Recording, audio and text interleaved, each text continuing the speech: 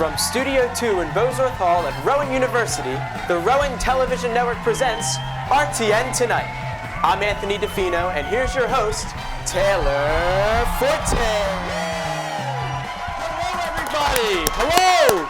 Welcome to RTN Tonight.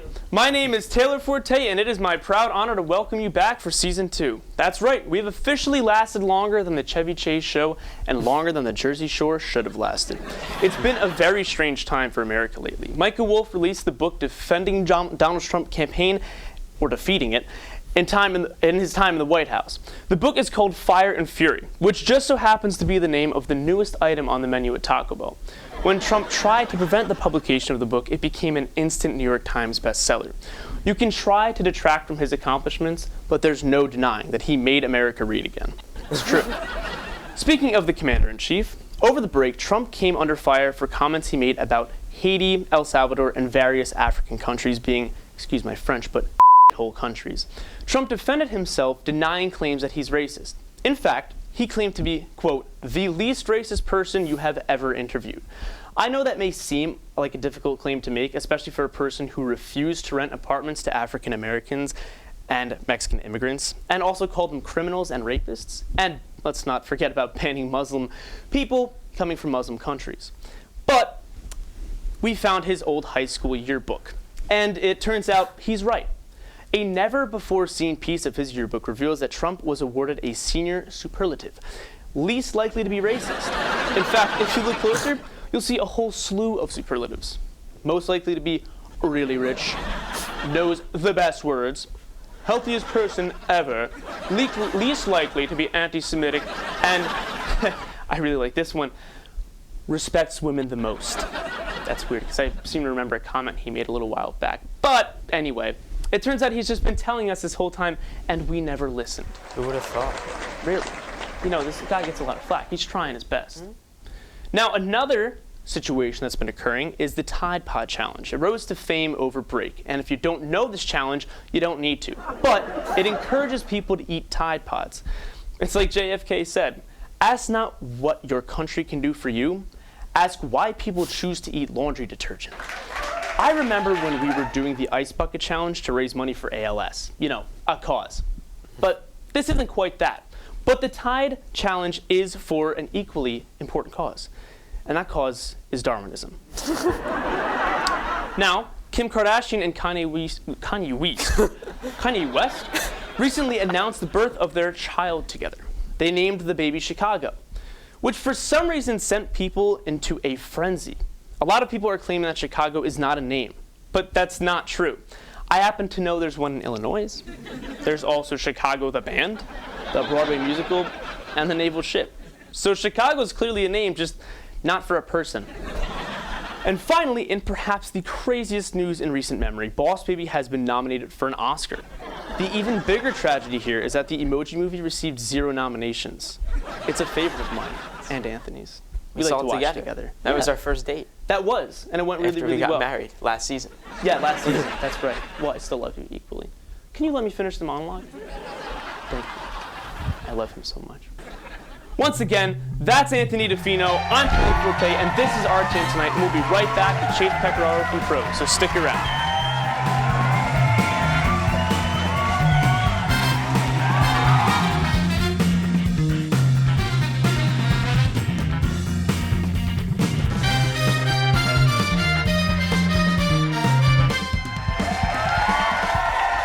Everybody, and welcome back to RTN Tonight. We are joined tonight by legendary pro Chase Pecoraro. So let's give him a round of applause and welcome him on.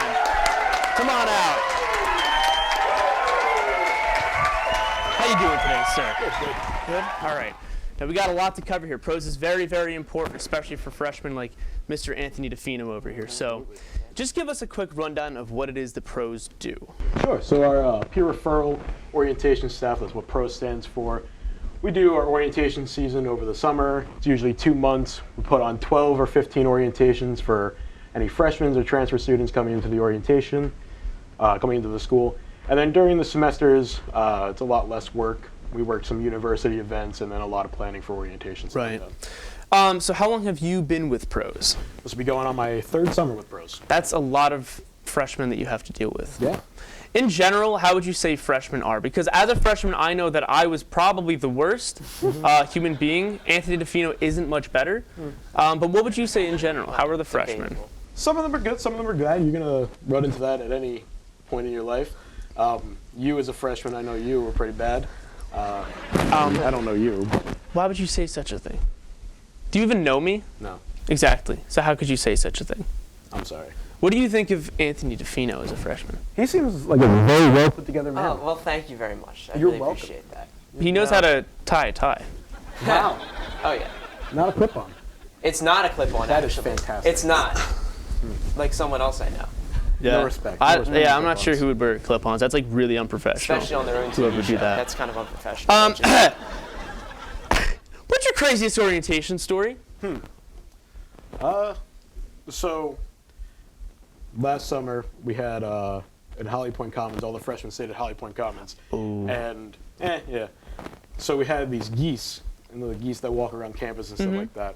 One of them was stuck in a tree, and we had to clear out an entire area. It's not a Freshmen- cat. Why was it stuck in a tree? We don't know how it got up there. But it's a goose. What, can't it just fly out of the tree? That was the thing. It was just like you could not fly. So eventually okay. we got animal control to come, and they got the goose out of the tree. And That's the wildest thing that's happened to you at an orientation. it was a wild goose. There was a goose stuck in a tree. Yes. What was it there for orientation? Maybe. Was it a freshman? It could have been. We don't discriminate. I hope he's doing okay. Probably. Yeah, he probably learned how to fly. He's a youngin'. It's all right. It's the craziest story out of all the orientations. You know, Apparently, orientation is a very tame event. it is very tame. Now, such as what we're asking, there's some weird questions in the world.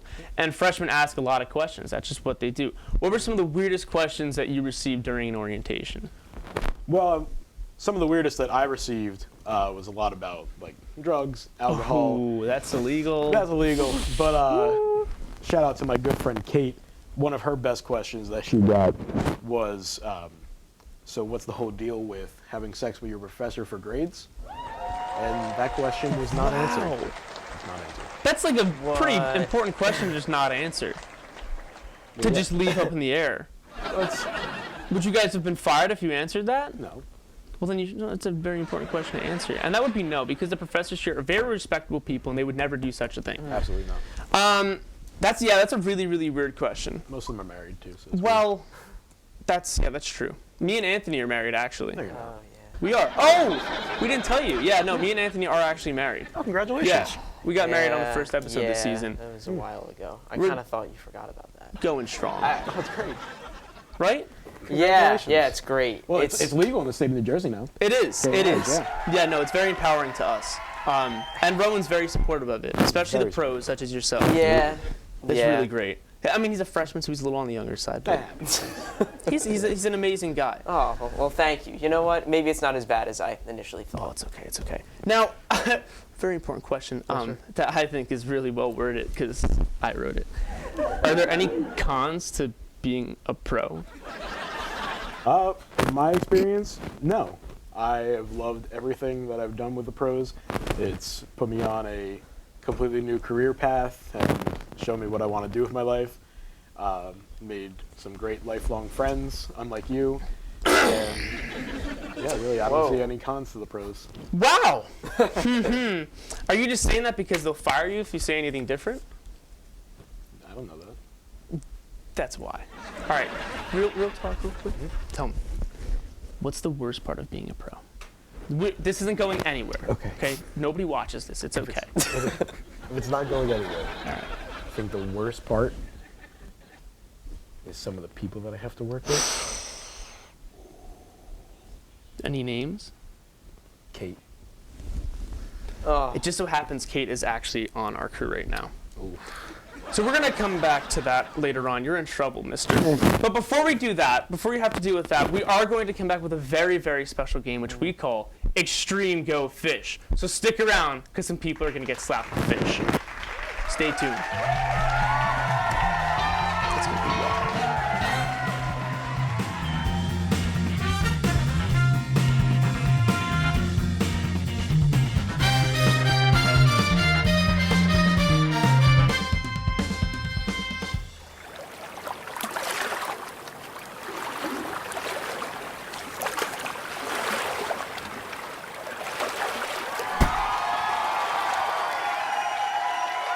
Welcome back, everyone. Once again, we're joined by Chase Pecoraro for a little game we like to call Extreme Go Fish. The rules are simple. Just like regular, boring Go Fish, each player has to ask another player for a certain card. If that player has the card, they have to hand it over. But if they don't, they get to slap the player who asked for that card in the face with a fish. Kate, bring out the fish. I hear you have a very good relationship with Kate, right? Absolutely. Of course. Thank you very much. Now, as our guest, please choose your weapon of choice. We have spotted fish, bass, and my favorite, golden pomfret. I think we go for the spotted fish. A fine choice indeed. Evenly distributed weight. Very good. Sir, You said the golden pomfret is your favorite? if you take that fish. Okay, I like this one. then I will have the bass. Now then, as host of the show, I suppose I should go first. So, Chase, do you have any sixes?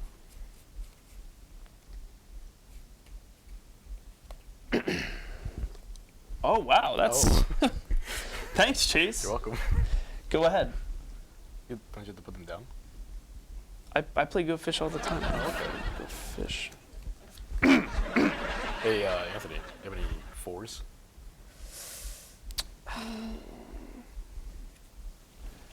Dang, we're good at this. All right.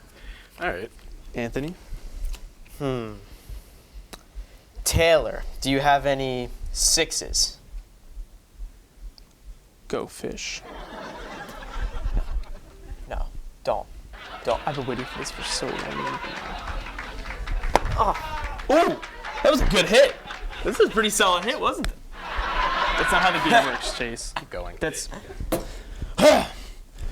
Anthony, do you have any tens?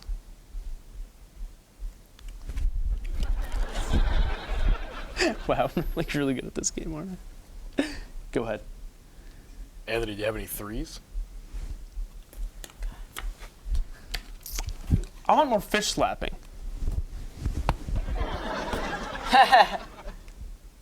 Go.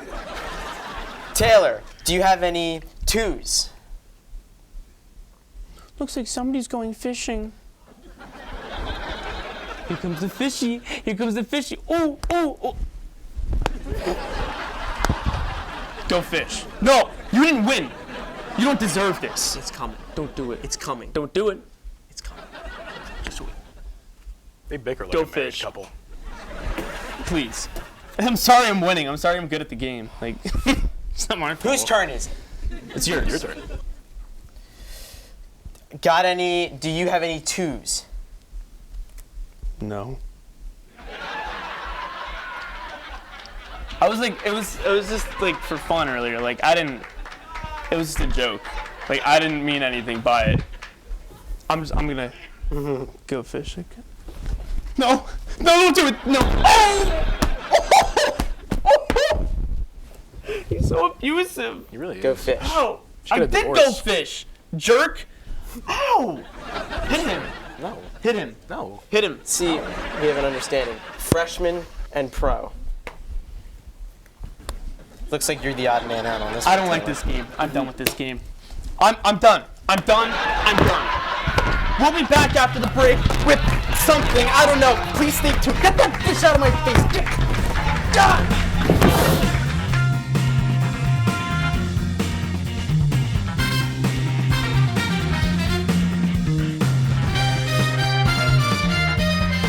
Hello and welcome to Last Week This Week. I'm Tom Finelli. And I'm Alex de Blasio. Here at Last Week This Week, we strive to bring you the best and most accurate news stories that we can. Do we succeed? We do not. But does that stop us from trying? Absolutely not. And now, some news. Joel Taylor from the Discovery Channel's hit show Storm Chasers has died at age 38. Taylor was on a tropical cruise when his body was discovered in his cabin.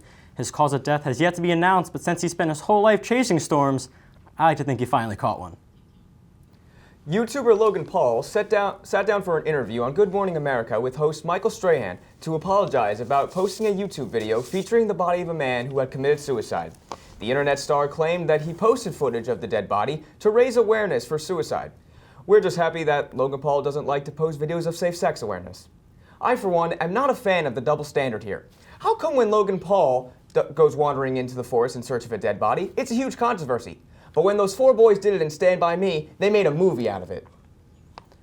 Rob Gronkowski of the New England Patriots called the police after someone apparently broke in through a window and robbed his house while he was in Minnesota for the Super Bowl. Sadly for Gronk, his house wasn't the only thing that he got taken from on Sunday. Go Birds. A Massachusetts man was recently charged with fraud for marrying 6 African women to help them bypass through immigration laws. Peter Hicks admitted to getting paid for helping the women obtain legal status. It just goes to show that the best pickup line is a healthy combination of desperation and citizenship. And now let's hear from our Rowan News correspondent, Keith Cook. Take it away, Keith. Thanks, guys. Great news, everybody. Rowan After Hours is hosting a Valentine's Day novelty night where students can build stuffed animals, make flower bouquets, and snack on chocolate-covered pretzels. So take your date to Valentine's Day novelty night and show her that you think she's worthy of a Valentine's date at a free school event. And remember, be safe. Last week, the Office of Commuter Services held a Taco Tuesday for Rowan commuters. This event was a great idea because who wouldn't want to drive 45 minutes to eat tacos made by Commuter Services and hang out with complete strangers? Rowan's own SUP recently hosted a movie night in Chamberlain Student Center Library. The movie was going to be the 2017 action film starring Jackie Chan, but after learning that the film is called The Foreigner, Immigration and Customs Enforcement misunderstood, stormed the Student Center, and ruined the event. Rowan's Information Resources and Technology has released the much-anticipated January 2018 edition of the IRT newsletter. This edition includes information about the meltdown, vulnerabilities, news about McAfee, endpoint security, and tips for creating secure passwords. Students can find the newsletter on the IRT website or take the easier approach of gouging their eyes out. I'm Keith Cook, and those were all my stories. Back to you at the desk. Thank you, Keith. In the days leading up to the Super Bowl, a video of New England Patriots quarterback Tom Brady surfaced online. The video shows Brady and his son kissing for an excruciatingly long time. Though uncomfortable for some viewers, it has been argued that Brady was simply teaching his son CPR. No matter what was going on in the video, one thing is for sure. Giselle might be Brazilian, but Tom Brady is French. After 9 months of speculation, Kylie Jenner, who is famous for merely existing, gave birth to a baby girl on February 1st. She said in an Instagram post that her fans, quote, "The pregnancy was one I chose not to do in front of the world." She then proceeded to post an 11-minute video with footage of everything that happened in the last 9 months. In typical American fashion, people relied on the predictions of animals to foretell who would win the Super Bowl. The 14 animals included a giraffe, a bear, an elephant, a hippo, a skunk, a camel, and some puppies, among others. Of the 14 animals, only 8 accurately predicted the Philadelphia Eagles as the eventual winners. Because barely a majority of the animals were correct, it gives us just enough hope that the rabbit squirrel behind the studio is wrong about our impending cancellation. The CEO of PepsiCo was criticized after saying that women don't eat Doritos the same way that men do. Doritos was apparently looking into creating a snack more friendly for women that fit into their purse, didn't crunch as loud, or create as much cheese dust. Doritos, please. Women already don't get enough equal pay or proper maternity leave, and their right to make decisions about their bodies is being challenged every day. Women have never needed a larger, louder bag of cheesier chips than ever before. Don't take that away from them. This has been another episode of Last Week This Week. How do you think it went, Tom? Oh, best one of the season. Hard to disagree. Once again, I'm Alex de Blasio. And I'm Tom Finelli. Be smarter out there. That was good.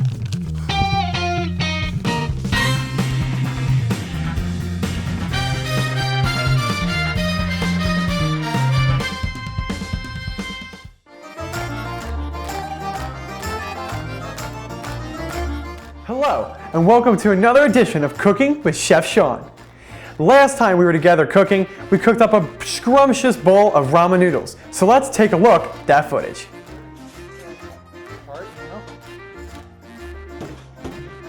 Today, we're going to be cooking up an Italian delight, something that you eat all the time but never cook to its pure greatness. We are going to be cooking up today a beautiful pizza. And now, you could think there's many different pizzas and pizzazz recipes we could find all over the world, but truly there is only one that takes the cake. But we're talking about pizza, not cake. It's gonna take the pizza. Not that DiGiorno, not that Papa John, okay? Not any of that Stouffer's pizzas that they're coming up with these days. None of that garbage. They're all unauthentic garbage. And I pride myself on only using the most authentic of recipes here on Cooking with Chef Son. So today, we are going to be sourcing our ingredients from the well-known Italian recipe, luncheon balls. All right, let's get cooking. So first, I'm going to show you all the great ingredients that luncheon balls has to offer. First, you want to open your package. Now, some people would just tear off the protective covering, but me, I like to do everything professionally. So I use a can opener. Okay. Perfection. As you can see, it is open to perfection. Now let's go through these great ingredients. First, we have the savory dough, fresh from the bakeries of Italy. We then have the perfect mouth-watering pepperoni. As you can see, the beautiful grease falling off. And finally, we have our exquisite provolone cheese that you will proudly drop on to the dough. And finally, sourced from the cooking rivers of Italy, the freshest sauce in town, which is also the new single on my hit album, The Notorious Italian Scallion. And now, let's create our wonderful masterpiece. First, what we are going to do is we're going to lay our dough down onto the plate. We are then going to put on our sauce, which I will also expertly open with the can opener.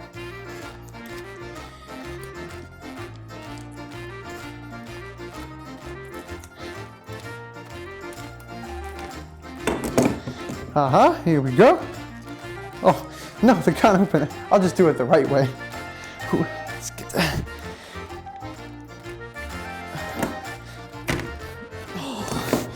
Here we go, we got the sauce. So then what you're going to do is you're going to take the sauce and you're going to spread it all over the pizza. Just like you're making a wonderful painting. Imagine that the dough is your canvas and the sauce is your painting. You are then going to take a spatula, spoon laid out, and you're going to sauce up all of your sauce and spread it around that every bite has beautiful, scrumptious, sauce-tasting wonderfulness. And next, what you're going to do is you're going to take your pepperoni and you're going to lay it down so that it tucks in the sauce to sleep, as if saying a beautiful good night melody. And finally, you're going to take your Parmesan cheese, your Parmesan provolone, and you're going to put it up at an approximate height of 1 foot 6 inches, and then sprinkle it down so it falls on at the perfected gravity weight. And then here you have the luncheon balls pizza, the most exquisite pizza in all the land. Now, what we are going to do here is we're going to put our luncheon balls in the microwave. You would think, Chef Sean, why would you put the luncheon balls, the most perfected pizza in all of Italy, into the microwave? And I say, look, luncheon balls has evolved to a greater pizza. You are now allowed to put it in the microwave. So now, as well as being Chef Sean, I am also Wizard Sean. And I'm going to make my microwave appear before me. And now we have our microwave, and we will cook our pizza perfection, and you will taste the mouth-watering pizza before you. So let's put it in the microwave. First, open your microwave.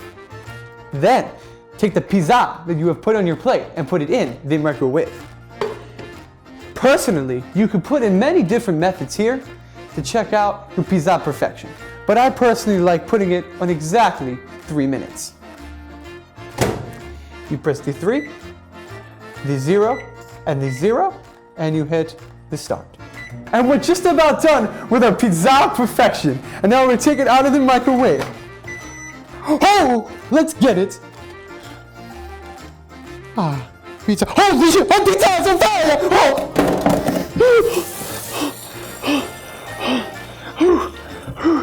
Oh no, sometimes the microwave, it's too hot for the pizza.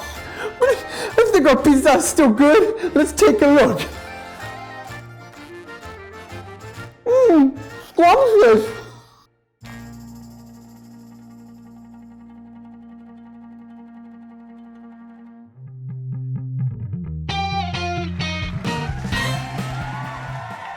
Like it or not, that's all we got for you today. I want to thank Chase Pecoraro for taking some time to hang out with us, and I want to thank you for tuning in, and thanks for tuning out. Please stay tuned for next week. Thank you, everybody, for coming. Woo!